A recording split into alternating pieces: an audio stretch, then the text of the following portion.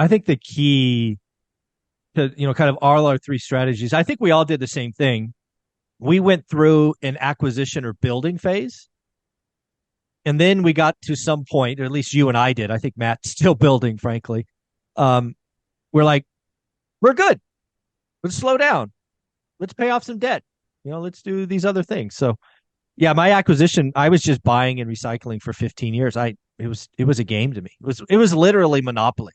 It was 4 greenhouses, 1 red hotel. I did that over and over and over again. So in the boot camp on Saturday, there's a couple of things that I like to teach. I hate to use the word teach, but I want to share things that people might be able to use.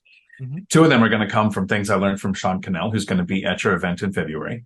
And it's really interesting to me that he teaches people how to grow a business and a YouTube channel. But there are 2 things that related so perfectly to real estate that I'm going to cover those this weekend. So a teaser for what's going to happen in February. But I also want to talk about the questions we ask ourselves. A lot of people start with good questions, but most of us forget this one question that mattered to me the most. And I don't think I realized this till about, like I said, 5 years ago. We start with the question, can I retire? When would that look like? Will it be an age? Then we realize, well, maybe it's a number. Then we go, well, what's my freedom number? Well, how will I achieve my freedom number?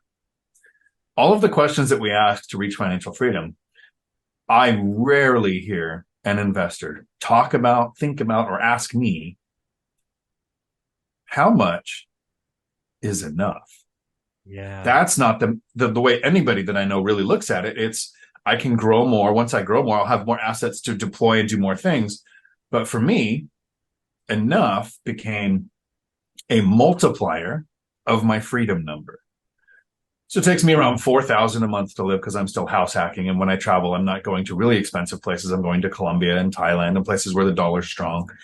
And I scuba dive, so I don't have a really expensive, hobbies. Mm-hmm. So I didn't want to retire when I had $4,000 a month in cash flow.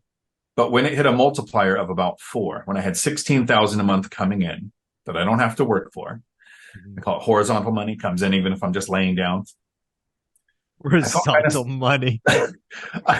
I felt kind of silly going to work. I was like, how much more than what I need do I need? And at 4, I have enough for health concerns. I have enough for economic downturns. I have enough for rents to decrease if they ever did. I could survive a housing crash, which would make me wealthier. A recession, which tends to make me wealthier. Like all of these things I'm prepared for. So enough for me was literally a specific number. What is 4 times what I need? And I was able to work through the math on that and realize that I passed it about 4 years sooner than I retired because I didn't run the math until I was making videos on it. I actually released a video recently where I made a video just before I retired on the whiteboard thing. Here's what my cash flow looks like. I think that video is why I retired. You're like, it was like what I call light bulb moment. It just went. Yep. Exactly. Yeah. Yeah.